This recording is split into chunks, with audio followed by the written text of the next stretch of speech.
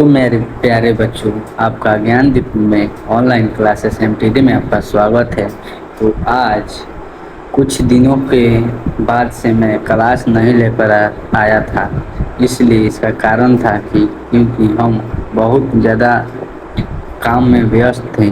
तो आज हम लेकर आए हैं क्लास 9th का चैप्टर नंबर 2 यानी भौतिकी का लेकर आए हैं गति गति लेकर आए हैं। तो देखते हैं गति यानी इंग्लिश में इसको मौसम कहते हैं। मौसम यानी गति को इंग्लिश में क्या कहते हैं? तो मौसम कहते हैं। मौसम कहते हैं। तो आज डिस्कस करेंगे कि गति किसे कहते हैं। तो आगे बढ़कर देखते हैं। तो टॉपिक 9th क्लास में जो टॉपिक आता है फर्स्ट, वो आता है विराम और गति या इसी को कहते हैं विराम एवं गति। तो 9th क्लास के जो बुक है उसमें फर्स्ट टॉपिक दिया है विराम एवं गति। तो देखते हैं कि विराम किसे कहते हैं और गति किसे कहते हैं। तो विराम का डेफिनेशन देखते हैं, यानी विराम को इंग्लिश में हम लोग रेस्ट कहते हैं और गति को इंग्लिश में हम लोग मोशन कहते हैं। तो देखते हैं कि विराम किसे कहते हैं। तो विराम किसे कहते हैं यानी रेस्ट किसे कहते हैं। तो जब किसी वस्तु की स्थिति अन्य वस्तु की अपेक्षा के समय के साथ नहीं बदलती है तो उसे विराम कहा जाता है।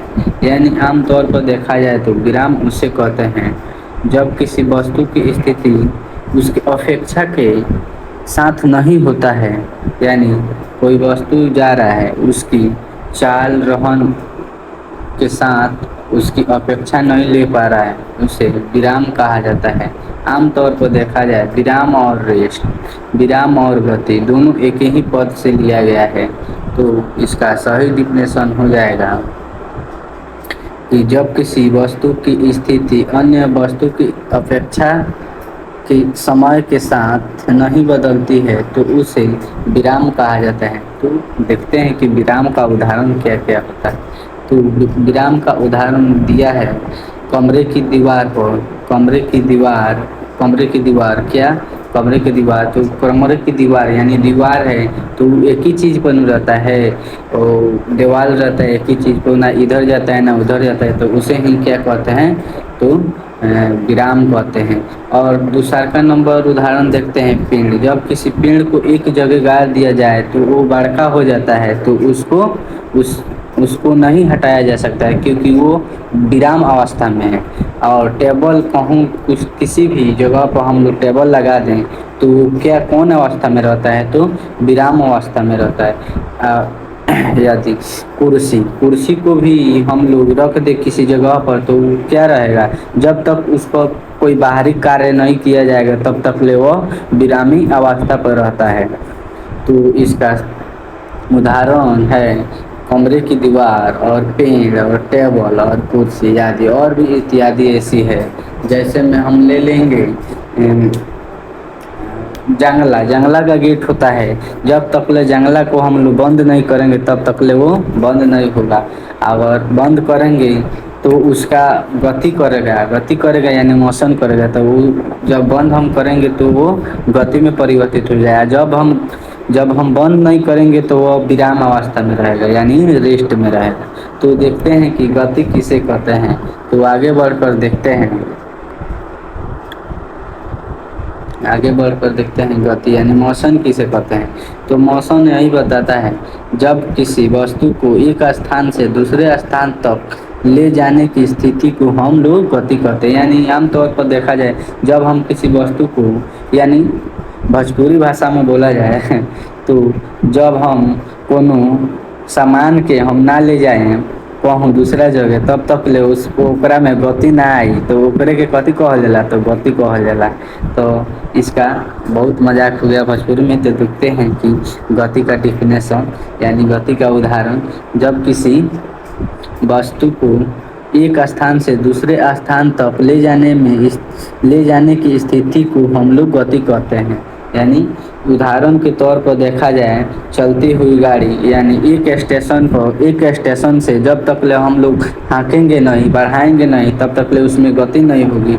इसलिए इसका उदाहरण दिया गया है चलती हुई गाड़ी। और टहलता हुआ व्यक्ति, जब कोई व्यक्ति सुबह सुबह में टहलेगा तो उसमें गति नहीं आता है, तभी नहीं वो टहल पाता है, तो इसी को हम लोग गति कहते हैं। और दौड़ता हुआ व्यक्ति, जब कोई व्यक्ति दौड़ेगा तो वह किस चीज़ में दौड़ेगा, तो गति के रूप में दौड़ेगा, यानी कि रेस्ट में ना। रेस्ट के मतलब हो गया चुपचाप बैठा हुआ, जहाँ जगह पे है, जहाँ स्थान पर है वहाँ स्थान से हिले डुले नहीं, उसे हम विराम कहते हैं। और जैसे ही वो वस्तु से दूसरा वस्तु पर जाए तो उसे हम लोग गति कहते हैं। तो देखते हैं कुछ नोट पॉइंट दिया गया है। विराम और गति दोनों पद अपेक्षिक है। वह बताए हैं इसके पिछले में कि विराम और गति दोनों के पद में की अपेक्षिक है, यानी एक समान है। एक समान, थोड़ा सा अंतर है, उसमें है तो आराम से बैठना, इसमें है तो चलना है। तो आगे बढ़कर देखते हैं कि गति का प्रकार, गति के प्रकार कितना होता है। तो आगे बढ़ते हैं। तो गति का प्रकार, गति कई प्रकार का होती है। जैसे में पॉइंट नंबर ए में दिया है रैखिक गति यानी लाइनर मोशन कहते हैं, और बी में दिया गया है वृत्तीय गति यानी सेकुलर मोशन कहते हैं, इसको सेकुलर मोशन कहते हैं वृत्तीय गति के। और सी में दिया गया है ऑक्सीलटरी मोशन, मोशन कहते हैं इसको, इस चीज़ को, तो दुल्हनी गति को ऑक्सीलटरी मोशन कहते हैं। और डी नंबर में देखते हैं कि आवर्त गति यानी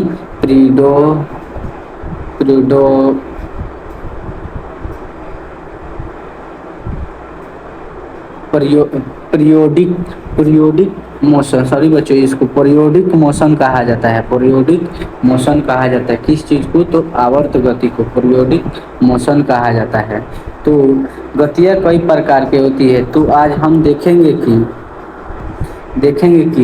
रैखिक गति किसे कहते हैं यानी लाइनर मोशन किसे कहते हैं, और वृत्तीय गति किसे कहते हैं, और दोलनी गति किसे कहते हैं, और आवर्त गति किसे कहते हैं। तो आज हम चर्चा करेंगे कि रैखिक गति किसे कहते हैं यानी लाइनर मोशन किसे कहते हैं। तो ए में देखते हैं, अगर कोई पूछेगा कि गति कितने प्रकार के, कह देंगे कि गति कई प्रकार के होती है। तो देखेंगे कि रैखिक गति किसे कहते हैं यानी लाइनर मोशन किसे कहते हैं। तो आगे बढ़कर देखते हैं कि रैखिक गति किसे कहते हैं यानी लाइनर मोशन किसे कहते हैं। तो रैखिक गति कहता है कि वैसा वस्तु जो सीधी या वक्र रेखा पर चलती है उसे रैखिक गति कहते हैं, यानी सीधी सीधी चलती है उसे हम लोग रैखिक गति कहते हैं। उदाहरण के तौर पर बंदूक से छोड़ी गई गोली, यानी बंदूक को गोली जब ट्रिगर के दबाते हैं तो गोली सीधी की तरफ जाती है, तो उसे ही रैखिक गति कहते हैं। जैसे में दिया है बंदूक से छोड़ी गई गोली, और उदाहरण 2 ढालू पर नीचे सरकता हुआ बालक, यानी कोई फिसलन पट्टी है उस पर नीचे की ओर ढुलता है तो सीधी रैखिक में रहता है, तो वह नीचे ढुल पाता है, नीचे आ जाता है। तो इसका उदाहरण यही है। तो आगे बढ़कर देखते हैं कि वृत्तीय गति किसे कहते हैं यानी वृत्तीय गति किसे कहते हैं, सेकुलर मोशन किसे कहते हैं। तो जब किसी वस्तु वृत्त पर चलती है उसे वृत्तीय गति कहा जाता है। तो बहुत आसान सा है, जब किसी वस्तु को यानी वृत्त पर चलती है तो उसे वृत्तीय गति कहा जाता है। जैसे में उदाहरण दिया गया है सूर्य के चारों ओर पृथ्वी की गति, यानी सूर्य के चारों ओर पृथ्वी की गति, और पृथ्वी के चंद्रमा की गति, पृथ्वी की ओर चंद्रमा की गति, ये सब क्या है, तो वृत्तीय गति है।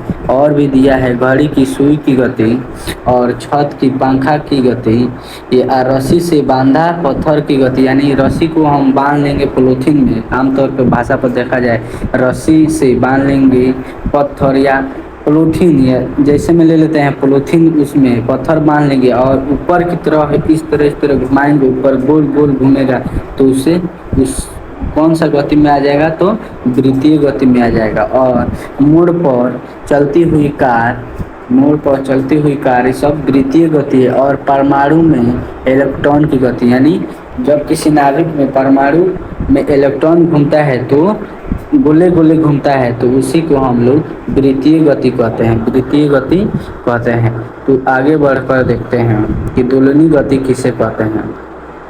तो दोलनी गति किसे कहते हैं, तो जब किसी वस्तु को एक निश्चित बिंदु से आगे या पीछे की ओर, यानी नीचे या ऊपर की ओर चलती है, तो उसे दोलनी गति कहा जाता है। उदाहरण में देखते हैं कि झूले की गति और दीवार के पेंडुलम की गति और गिटार के तार की गति, ये सब क्या है, तो दोलनी गति है। जब तक ले गिटार को आगे पीछे की ओर नहीं ले जाएंगे, तब तक ले गिटार में आवाज़ नहीं आ पाएगा। इसी का उदाहरण है दोलनी गति के लिए। तो देखते हैं कि आवर्त गति किसे कहते हैं। अगर पूछ देगा कि गिटार के तार किस गति का नियम है, तो हम बताएंगे कि दोलनी गति का नियम है। और झूले की गति और एक था क्या, वृत्तीय गति, वृत्तीय गति के था, वृत्तीय गति, झूले की गति दोलनी गति में था, दोलनी गति में गिटार, और आवर्त में भी है झूले की गति। तो हम बताएंगे कि झूले की गति और आवर्त की गति दोनों एक ही होता है। जैसे में पूछ देगा क्वेश्चन में कि झूले की गति किस नियम पर आधारित है, तो अगर ऑप्शन नंबर में दिया होगा दोलनी गति और आवर्त गति, तो दोनों होगा। अगर दोलनी गति देगा तो दोलनी गति होगा, और आवर्त गति देगा तो आवर्त गति होगा। तो आगे बढ़कर देखते हैं कि आवर्त गति किसे कहते हैं।